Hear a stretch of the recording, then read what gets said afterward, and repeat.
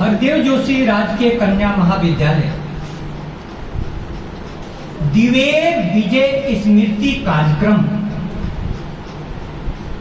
के तहत महाराणा प्रताप के व्यक्तित्व एवं कृतित्व पर भाषण प्रतियोगिता का आयोजन कर रहा है। इस महती सभा में मंच पर विराजमान विद्वज्जन एवं सामने में बैठे हुए प्रोफेसरगण एवं प्रिय छात्राओं, सबसे बड़ा सवाल आज यह उठ रहा है कि 500 वर्ष पहले, उससे भी ज्यादा वर्षों पहले हुई घटना को हम आज क्यों याद करें? सबके मन में यही बात होगी, हम क्यों याद करें महाराणा प्रताप को? आप एक बात जान लो, हम सभी के तन में एक मन है। मन, तन तो दिखाई नहीं देता है, तन तो दिखाई देता है। तन दिखाई नहीं दे तो सोचो कि तुम भूत पिशाच हो। तन तो दिखाई देता है, मन दिखाई नहीं देता, मन दिखाई नहीं देता। लेकिन जो मन दिखाई नहीं देता है, वह मन इतना महत्वपूर्ण है, इतना शक्तिशाली है कि तुम्हारा जहां मन होगा वहीं पर तुम्हारी इंद्रियां काम करेंगी।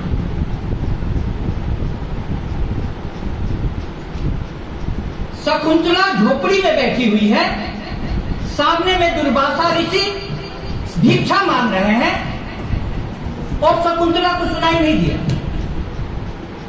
और उन्होंने श्राप दे दिया, जिसकी याद में खोई हुई तुम मुझ तपस्वी को नहीं जानती, वो तुमको उसी प्रकार से भूल जाएगा जैसे कोई रात में देखे हुए स्वप्न को। यदि आपके घर में आग लगने की खबर अभी आ जाए तो कितना भी जोर से मैं बोल रहा हूं, आपको सुनाई नहीं पड़ेगा। और रास्ते में आप जाएंगे तो कोई दिखाई भी नहीं पड़ेगा, न तो आप किसी को नमस्कार करेंगे न हाय हेलो करेंगे। क्यों? क्योंकि मन घर तक पहुंचे और यह मन इतना महत्वपूर्ण है, इसी के कारण हम सभी को मानव कहा गया है। मानव,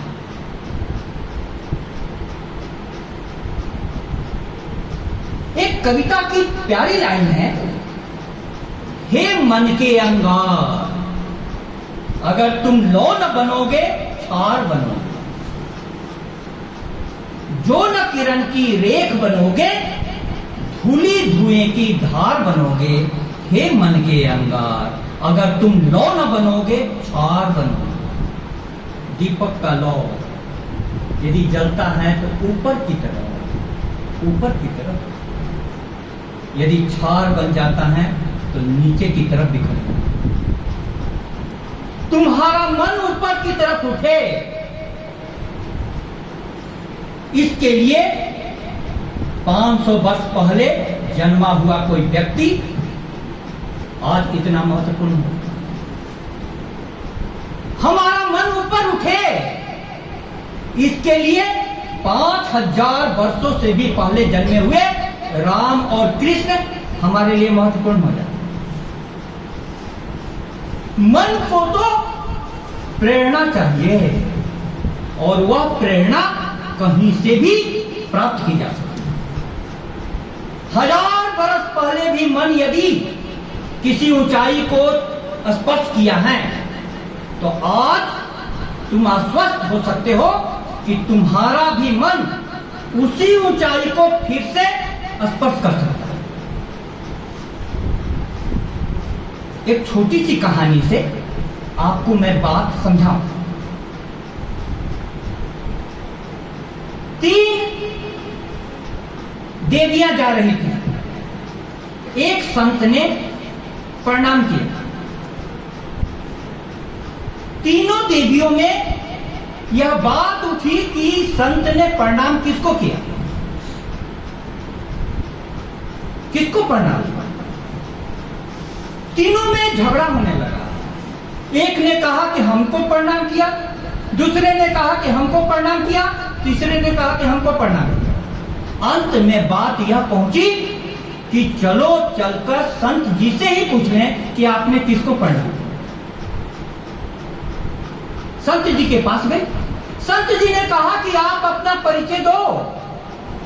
तो पहली देवी ने कहा, मैं धन की देवी हूं, धन की देवी। तो उन्होंने कहा कि धन तो चंचल है, मैंने धन की देवी को प्रणाम नहीं किया। दूसरी देवी ने कहा कि मैं शक्ति की देवी हूं, शक्ति की देवी। संत ने कहा कि शक्ति भी बहुत दिन तक किसी के पास नहीं रहती, इसलिए मैंने आपको भी प्रणाम नहीं किया। तीसरी देवी ने अपना परिचय दिया कि मैं संकल्प की देवी। संत ने कहा कि मैंने आप ही को प्रणाम किया है, क्योंकि जैसा व्यक्ति संकल्प करता है व्यक्ति वैसा ही हो जाता है। तुम यदि मन को संकल्प कर लो कि महाराणा प्रताप की आत्मा से संपर्क साधना है, तो यह देखो धरती कैसी है। मैं उदयपुर जाता हूं तो बच्चे पूछते हैं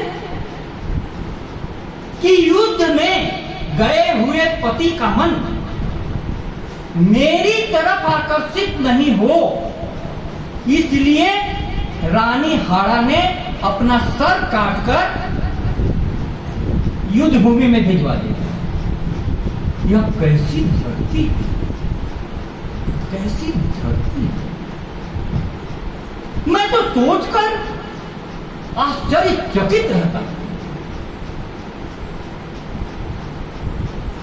आईआईटी बॉम्बे या किस आईआईटी का टॉपर एक बच्चे ने 2 दिन पहले सुसाइड किया। टॉपर बच्चा सुसाइड कर दिया। कितने लोग आत्महत्या कर रहे हैं, कितने लोग डिप्रेशन में जा रहे हैं। अब सोचो क्यों जा रहे हैं? क्योंकि हमने ऐसे लोगों के जीवन से संपर्क काट लिया। महाराणा प्रताप के बारे में हम नहीं जानते। उदयपुर से टीम आई हुई थी कॉलेज के इंस्पेक्शन के लिए। 50 बच्चियों को मैंने पीछे से बुलाया कि चलो इंस्पेक्शन में बताना है। हमने उनको कहा कि तुमको जानना चाहिए, तुम बताओ आपके प्राचार्य का नाम क्या है। एक बच्चे ने हाथ उठाया, बोली सरदार वल्लभ भाई पटेल। हमने कहा कि धन्य हो, धन्य हो। डॉक्टर सरला पंड्या मैडम साक्षात हैं और आपको सरदार वल्लभ भाई पटेल याद आ रहे। हमने कहा कि विद्यार्थी चलो तुम्हारा दर्शन करूं, तुमको तो कुछ विशेष उपाधि देनी चाहिए। अब सोचो, हमको अपने जीवंत जो शिक्षक हैं, जो कई प्रकार की बाधाओं को, कई प्रकार की मुसीबतों को रात के अंधेरे में पढ़कर दिन के उजाले में बोल रहे हैं, उनको तो तुम नहीं जान रही हो। तुमको लगेगा कि महाराणा प्रताप क्या कर लेंगे। लेकिन लेकिन लेकिन जब भी मैं महाराणा प्रताप को पढ़ता हूं तो ऐसा लगता है कि जिस समय में सारे राजे महाराजे अकबर के सामने में अपना सर झुका रहे थे और मुगल सल्तनत के साथ, मुगल सुल्तान के साथ, बादशाह के साथ अपना वैवाहिक संबंध स्थापित कर रहे थे, उस समय में एक आत्मा ने जन्म लिया। एक आत्मा ने जन्म। उनके पास 4 दूत भेजे गए, 4 दूत। उसमें मान सिंह जी थे और उनके पिता भगवान सिंह जी, अंत में टोडरमल भी है। सबने कहा कि चिंता की कोई बात नहीं, राजा आप ही रहेंगे, सिर्फ आपको प्रतीकात्मक अधीनता स्वीकार करनी है। प्रतीकात्मक, आप आराम से राज कीजिए, दिल्ली का सारा आशीर्वाद आप पर बरसेगा, चिंता की कोई बात नहीं, बस एक बार सर झुकाना है। महाराणा प्रताप ने कहा कि यह सर तो इतना कीमती है कि भारत के बादशाह के सामने ही नहीं है, दुनिया के किसी भी बादशाह के सामने ये सर नहीं झुकेगा, किसी भी बादशाह के सामने सर नहीं झुकेगा। ये सर इतना कीमती है। तुम थोड़ा सोचो, मानव की गरिमा क्यों है? सबसे ज्यादा प्रिय किसी का प्राण होता है। हर कोई जीव सबसे पहले अपना प्राण बचाना चाहेगा, लेकिन मानव में कुछ ऐसे मानव हुए हैं जिन्होंने भी प्राणों से ज्यादा मूल्य किसी और को दिया। राणा ने कहा कि ये सर नहीं झुकेगा। जो सर एक लिंगनाथ जी के सामने में प्रतिदिन झुकते थे, वो सर महाराणा ने कहा कि बादशाह अकबर के सामने में नहीं झुकेगा। आप देखो, संकल्प संकल्प संकल्प, तुम जैसा संकल्प करोगे वैसा ही हो जाएगा, जैसा संकल्प करोगे। इसीलिए संकल्प की देवी को संत ने प्रणाम किया, संकल्प बड़ा करो। अब देखो क्या होता है। अकबर के पास इतनी बड़ी सेना, इतने बड़े शस्त्रागार, सब कुछ, लेकिन जब महाराणा ने एक बार संकल्प किया तो नहीं झुकेंगे, तो उनको सहायता करने वाले सारे तत्व जुटने लगे। प्रिय विद्यार्थियों, बहुत बड़ा आपके साथ मैसेज है। आप जीवन में जब बड़ा संकल्प करते हैं तो प्रतिकूल हवाएं भी अनुकूल बहने लगती हैं। आप पहले कदम तो उठाओ, कदम तो उठाओ। चलो, खुद अपनी ताकत पर किसी का साथ मत देखो। बदल सकते हो तकदीरें, लकीरें हाथ मत देखो, लकीरें हाथ मत देखो। हम लोग हाथों की लकीरों को देखते रहते हैं। मैंने कहा, विद्यार्थी तुम कॉलेज नहीं आ रहे हो, परीक्षा कैसे दोगे? सर, सब भगवान देख लेंगे। हमने कहा कि धन्य हो, इस महामंत्र को आपका मैं दिल में उतारूंगा। जमाना यह बदल डालेंगे मेहनत कश पसीने से, चमक जाएगा सूरज भाग्य का, यह रात मत देखो। चलो, खुद अपनी ताकत पर किसी का साथ मत देखो। बदल सकते हो तकदीरें, लकीरें हाथ मत देखो। पूंजा भी लागे सहायता के लिए। देखो, हाकिम खान सूरी जयंती भी मनाई जाती है हर वर्ष। चलिए, पता नहीं है। हाकिम खान सूरी जयंती मनाई जाती है उदयपुर में, हर साल मनाई जाती है। पूंजा जयंती भी मनाई जाती है। पूंजा जयंती, हाँ। और उसके बाद परंपराएं बदली, औरंगजेब के बाद ये परंपरा बदली। जब चिन्ह बना तो उसमें हकीका, जब बड़ा चिन्ह हुआ करता था, उसमें 2 तो वीर राणा और साथ में फिर तीसरे एक साइड के ऊपर जो हकीका सूरी खड़ा है, जो डाल, अफगान डाल जिसे कहते हैं, वो पीछे रखा करते हैं। धन्यवाद सर। अब देखो, अब राणा के साथ जो जो जुड़े, एक संकल्प के साथ जुड़ना सीखो, सब अमर हो। मानव की तो बात छोड़ो, यहां तक कि घोड़ा चेतक भी अमर हो गया, अमर हो गया। आज तक आपने देखा किसी प्राणी की समाधि जहां सर झुकाए जाते हो? चेतक भी अमर हो गया। महाराणा प्रताप कैसी आत्मा थी, थोड़ा सोचो। अब तुमको महाराणा प्रताप आज क्या दे सकते हैं?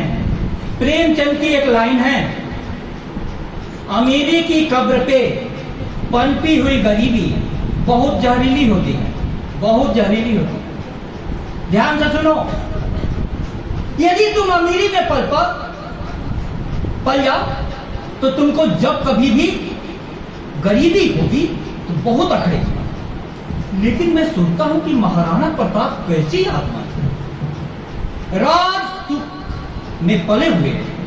महाराणा प्रताप ने घास की रोटियां खाई, दर्द दर्द के ठोकरे खाए। कौन कहता है कि अमीरी की कब्र पे पनपी हुई गरीबी जहरीली होती है? अपनाने की कला चाहिए, अपनाने की कला। यदि तुम्हारे पास विवेक हो तो तुम अमीरी को भी ऊंचाई दे दोगे, राजा जनक जैसे बन जाओगे, और गरीबी को भी ऊंचाई दे दोगे, महाराणा प्रताप निकल जाएगा। आप देखो देखो, विवेक विवेक और विवेक जागृत करने के लिए शिक्षक और शिक्षालय से बड़ा दुनिया में कोई नहीं हो सकता। तुम अपने शिक्षकों की कीमत समझो, शिक्षकों की कीमत समझो। अब देखो हुआ क्या, महाराणा प्रताप ने भारत के सबसे बड़ी शक्ति से, जिसके आगे अन्य लोगों ने घुटने टेक दिए, सर झुका दिया। दोनों, सर झुकाना और घुटने टेकना एक मत मानना। साहित्य की तुम्हें थोड़ी समझ होनी चाहिए। एक मैंने फिल्म देखी थी, बॉबी फिल्म। कहोगे कि सर आप फिल्म लाए, आपसे संपर्क नहीं स्थापित हो सकता बिना फिल्म। उसमें लड़की के बाप ने कहा लड़के वाले को कि मैंने आपके सामने में सर झुकाया है, घुटने नहीं, घुटने नहीं टेकना। सर झुकाना मतलब होता है किसी को आदर देना, घुटने टेकना मतलब मेरा और कोई चारा नहीं। अब देखो इतिहास क्या दे सकता है। महाराणा प्रताप ने अपनी छोटी सी जो भी सेना थी उसको लेकर के पूरी तरीके से रणनीति बनाई। रणनीति यह थी कि वो जहां भी आएंगे हम लोग इस प्रकार से युद्ध करेंगे, क्योंकि बहुत बड़ा फसला था। 4 गुना 5 गुना ज्यादा बड़ी सेना से आप कैसे लड़िएगा? संकल्प के बाद बुद्धि सक्रिय हो जाती है, बुद्धि सक्रिय हो जाती है। और एक बात बताऊं, सबसे गहरी बात, इतिहास का मैं विद्यार्थी नहीं, लेकिन इतिहास थोड़ी बहुत जो मैंने पढ़ा उससे यह जाना कि संख्या मायने नहीं रखती है। फिर से मैं बोलूं, संख्या मायने नहीं रखती है। इतिहास में ऐसे युद्ध हुए हैं जिसमें मुट्ठी भर सैनिकों ने हजारों और लाखों की तादाद में आए हुए सैनिकों के पांव उखाड़ दिए। नहीं बात समझ में? एक उदाहरण देता हूं, एक उदाहरण देता हूं। महाभारत का युद्ध चल रहा है और श्री कृष्ण पांडवों की मीटिंग में है। हुआ कि एक बार और दुर्योधन को समझाने चला जाए तो सबने कहा कि, अर्जुन ने कहा कि कृष्ण आप कब तक समझाते रहेंगे, आप क्यों जाएंगे शांति वार्ता के लिए? तो दोनों में हॉट टॉक होता है कि नहीं आपको नहीं जाना चाहिए, अब युद्ध हो जाने दीजिए। श्री कृष्ण का जवाब सुनना। श्री कृष्ण ने कहा कि पांडव पुत्र अर्जुन, आपके जैसे बड़े वीर उधर कर्ण भी है, भीष्म पितामह है, द्रोणाचार्य हैं, सेना में आपसे बड़ी है, लेकिन एक बात अर्जुन ने कहा तो मेरा दिल उस पर बाग बाग हो गया। क्या बात बोली अर्जुन ने? बोला कि केशव, द्रौपदी के खुले हुए केस सिर्फ पांडव के पास है। द्रौपदी के खुले हुए केस सिर्फ पांडव के पास है। जब भी द्रौपदी के खुले हुए केस देखता हूं तो लगता है कि पूरे जगत को मैं अकेला देखता हूं। महाराणा प्रताप के पास वो दृष्टि थी कि भारत की आत्मा किसी के सामने भी सर नहीं झुकाती। बादशाहों का फकीरों से बड़ा रुतबा न था। उस समय धर्म और सियासत में कोई रिश्ता न था। शख्स वह मामूली लगता था, मगर ऐसा न था। सारी दुनिया जेब में थी और हाथ में पैसा न था। शिक्षक चाणक्य ने धनानंद को खुली चुनौती दी कि धनानंद, जिस गद्दी पर बैठे हुए हो उस गद्दी से उतारने की कला मुझे मालूम है।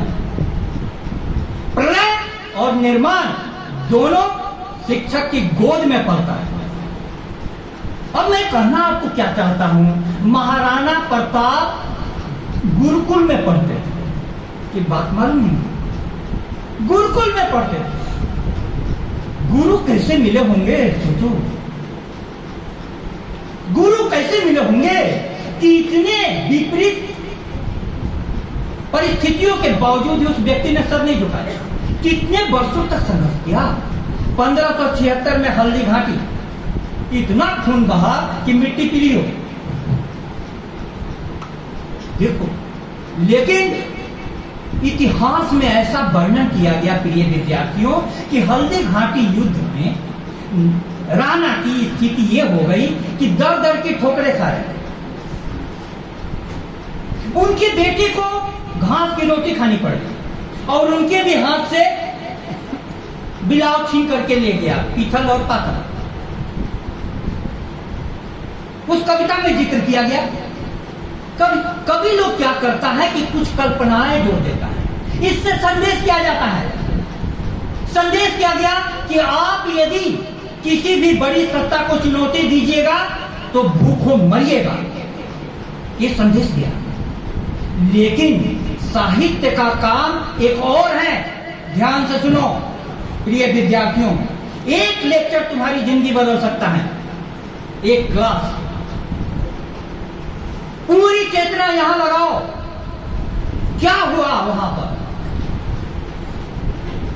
सीधे सीधे उन्होंने कहा कि हमको जो प्रशिक्षण मिला है यहां पर गुरुकुल में, उनको जो मिला उसमें यही मिला कि आत्मा अकेले इतनी बड़ी चीज है कि यदि खड़ी हो जाए तो पूरा विश्व आपके आगे सर झुका देगा। जब भारत दीनहीन था तो ऐसे महापुरुषों को पढ़ कर करके भारत से एक बेटा नरेंद्र नाथ दत्त स्वामी विवेकानंद बन करके गया, अपनी आत्मा खड़ी की। अब क्या होता है कि महाराणा प्रताप ने जो भी व्यूह रचना की, उस व्यूह रचना के कारण बार बार 1576 में हल्दी घाटी के युद्ध का जो वर्णन इतिहासकारों ने किया है उसमें महाराणा प्रताप की दीन दशा का वर्णन किया है। अब नई खोज कहती है कि दिवेर विजय को देखिए, 6 साल के बाद 1582 में पूरे भारत के मेन चौकी मुगलों की पूरी तरीके से जीती। यह कैसे संभव था? हल्दी घाटी के बाद राणा कुछ गांवों को दान में देते हैं, यह कैसे संभव था?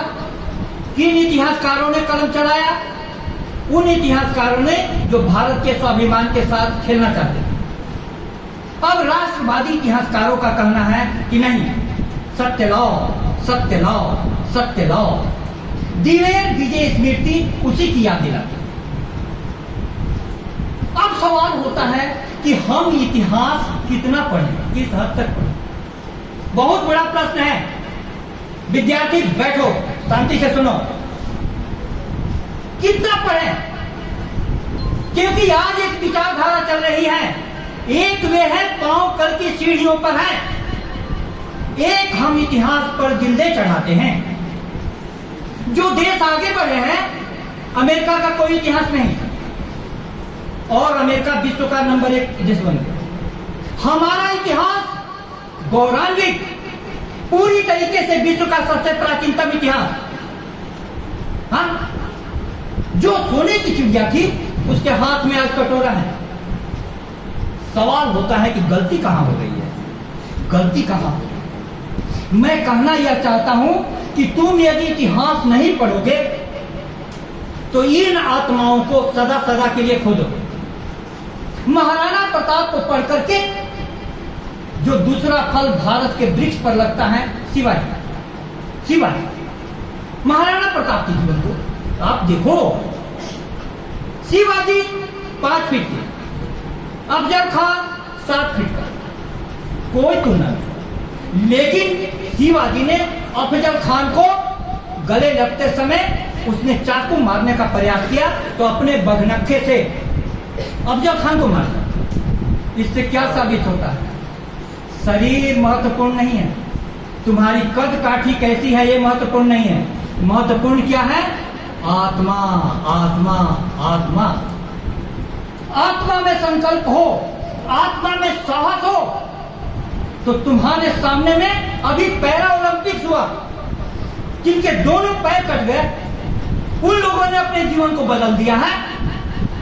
उनके बारे में पढ़िएगा तो उन्होंने ऐसे लोगों के जीवनी को पढ़ा है, ऐसे इतिहास पढ़े हैं। आप इस बात को जानो। इसलिए अपनी बात में यह कहते हुए अंतिम मुकाम पर समाप्त करूं कि विद्यार्थियों, घटना कितनी भी पुरानी हो लेकिन तुम्हारे बहुत काम की है, क्योंकि तुम एकदम अंदर से टूट चुके हो। तुमको मालूम नहीं कि कहां जाना है, कहां बैठना है, कहां उठना है। सारे विद्यार्थी पीछे बैठे रहते हैं और यहां पर महाराणा प्रताप की धारा बहाई जा रही है। तुम थोड़ा इसमें स्नान तो करो, स्नान तो करो। मैं तुम्हें कहता हूं कि भीड़ के साथ मत रहो। राणा का सबसे बड़ा संदेश, भीड़ का साथ निभाने की जरूरत क्या है? हम रूठे कब थे, मनाने की जरूरत क्या है? थोड़ा जोर से बोलो मेरे साथ। भीड़ का साथ निभाने की जरूरत क्या है? लोग पत्थर हैं, उन्हें मनाने की जरूरत क्या है? अपने कदमों पे भरोसा तो करो। ऐ हमदम, इन कदमों को जमाने की जरूरत क्या है? अपने कदमों पे भरोसा करो। महाराणा प्रताप, कदमों पर भरोसा करो। अब कहा जाता है कि महाराणा प्रताप जो भाला लिए हुए थे वो भी 70 किलो का। हमारा वजन ही 70 किलो का है, 70 किलो का भाला हम कैसे फेंकेंगे? महाराणा प्रताप जो पहनते थे वो 250 किलो का। हम लोग पहन लें तो जिंदा ही कब्र में गड़ जाए। अब ये सब बातें क्या की जाती हैं? ये सब बातें इसलिए की जाती हैं कि जो ही आत्माएं ऊंचाई चुनती हैं उनके साथ कई प्रकार की कल्पनाएं भी जोड़ दी जाती हैं। वो कल्पनाएं भी काम की हैं, वो कल्पनाएं भी काम की हैं। यदि एक आत्मा इस प्रकार की निकल सकती है, ये पूरी चुनौती है कि दूसरी भी आत्मा क्यों नहीं निकल सकती है। इसलिए इस मंच से दिवेर विजय स्मृति के इस महती कार्यक्रम में मैं आप सभी को आह्वान करता हूं कि तुम महापुरुषों के जीवन पढ़ो। बिना उनके तुम्हारा जीवन नहीं बदलेगा, लेकिन उसके पहले अपने शिक्षकों के भी जीवन पढ़ो, शिक्षकों से भी जुड़ो, अपने कॉलेज से प्रेम करो। और यह सभा, यह संगोष्ठी, यह भाषण प्रतियोगिता आपके जीवन में एक नए आयाम दे दे, तब यह चर्चा सार्थक होगी। क्योंकि छोटी छोटी बातों पर नौजवान आत्महत्या क्या क्या कर रहे हैं, नौजवान अश्लील साइट देख रहे हैं। मैं आपको एक बात बता दूं, यदि किसी को जीवन में अमृत का स्वाद मिल जाए वो कभी भी नाले का पानी नहीं पिएगा, नहीं पिएगा। अमृत का स्वाद तो तुमको शिक्षकों के साथ इस प्रकार की गोष्ठियों में मिलेगा। एक बार इसको चख लो, फिर हमारी जो संस्कृति कहती है अमृतस्य पुत्रा वयम, हम सभी अमृत के पुत्र हैं, अमृत के पुत्र हैं। अमृत, अमृत माने क्या हुआ? जो कभी मरता नहीं। क्या महाराणा प्रताप मर गए? अरे शरीर तो एक दिन मरना ही है, लेकिन इतने वर्षों के बाद भी महाराणा प्रताप को हम आज इस जीवन में भी भगत सिंह को याद करो। भगत सिंह के साथ बहुत लोग मरे होंगे, लेकिन भगत सिंह को भी हम क्यों याद करते हैं? भगत सिंह ने जब जेल में थे तो चंद्रशेखर आजाद ने उनके पास एक संदेश भेजा था कि भगत, तुमको संगठन की जरूरत है, संगठन तुम्हें चाहता है, मैंने तुम्हें भगाने के सारे इंतजाम कर दिया है, तुम भागने के लिए तैयार हो जाओ। भगत सिंह का जवाब सुनिएगा, आजाद, आप भारत को आजाद करना चाहते हैं, आजाद होने के लिए यह सीखना पड़ेगा कि देश के लिए मरा कैसे। मैं फांसी के फंदे पर लटककर भारत को यह संदेश देना चाहता हूं कि कैसे मरा जाता है। जिस दिन मरने की कला सीख लो, उस दिन तुम जी जाओगे, जी जाओगे। यह शरीर एक दिन मरेगा। मन बनता है पढ़े हुए विचारों से, देखे हुए महापुरुषों से। परमात्मा करे कि वे महापुरुष, ये विचार आपके जीवन में उतरे। बहुत बहुत धन्यवाद।